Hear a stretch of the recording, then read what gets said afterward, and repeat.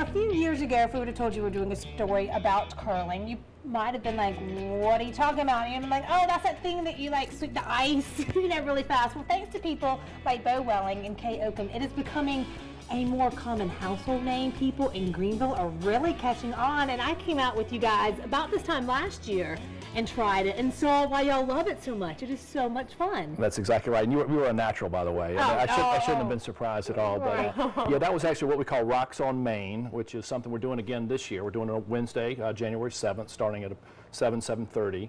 It's a great partnership we have with Ice on Main. Right. We've been out now. This is their fourth year. It's our third year doing it with them, and it's just a great opportunity to let the community come out for free to get a taste of this wonderful Olympic sport. I love it because that's when we first saw it in the Olympics, what, maybe like 10 years, and we were all like, what in the world is this? And why can I not stop watching it? You know what I mean? Like, how did you get involved with it, Bo? Well, I mean, I think I got involved the same way Kay really did. Is we're both from this part of the world, and not a lot of ice, not a lot of curling stones. Yeah. But we first saw it on the Olympics, and I think it just piqued our interest and figured out different paths to get involved. Mine actually took me up to Bemidji, Minnesota, in a long, strange, Forrest Gump-esque type story, but we've been very excited. You crawled your way across the country. That's right. But we've been very excited to get it going here in Greenville with the Palmetto Curling Club. I love it. So, Kay, tell me a little bit about curling. For someone that may be watching and be like, I don't know, like, would I enjoy this? Is this something that I could do? You can.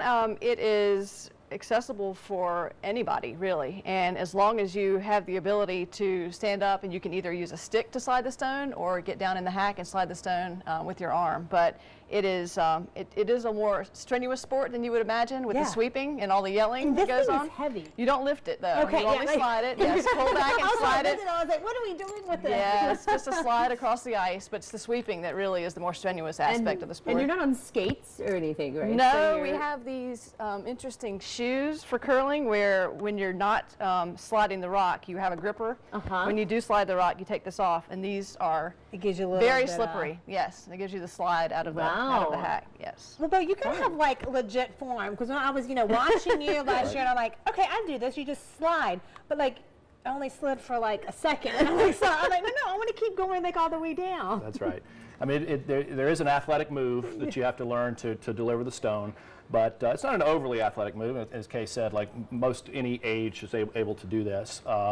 But yeah, you slide out on one foot, and you have to let go of the stone by a certain line on the ice to deliver it down towards the target. Yeah, I think I was gripping that stone. Like, once I let go, then what? Then what do I do? Now what do we do? Is it popular? I wonder. You're saying in the South that not a lot of ice, not a lot of cold weather days. Is it getting more and more popular in the Southeast? It really is. So curling is actually one of the fastest growing sports in the world right now. I mean, obviously low base, but but it's where it's really growing is in non-traditional curling places. So we've had very active clubs form and advance in both the Carolinas, Georgia, Tennessee, even some down in Florida, and it's really going in California, Texas, Oklahoma, places really throughout the country. I think curling's now in 42 or 43 states out of the union, and then on the world level, we're now in about 75, 80 countries around the world.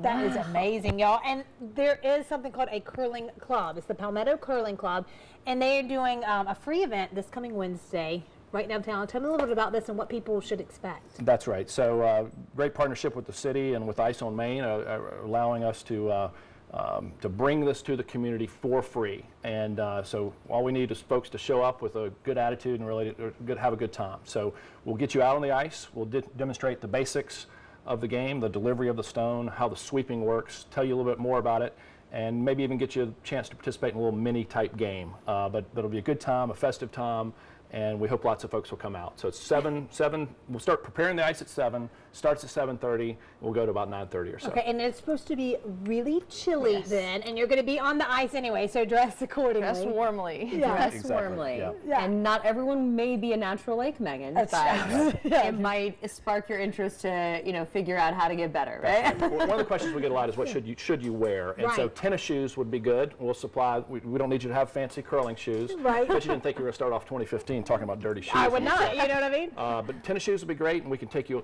from there. Okay, like we're like, the girls, if you want to have like your little yoga pants. Yoga pants are great. Jeans are okay, but anything that's flexible is better. Because you are going down like this. Yes. So, all right, and I'll put some reminders on our Facebook page too. That'd be great. Thank you guys. I appreciate it. This will be really cool. Love it, love it.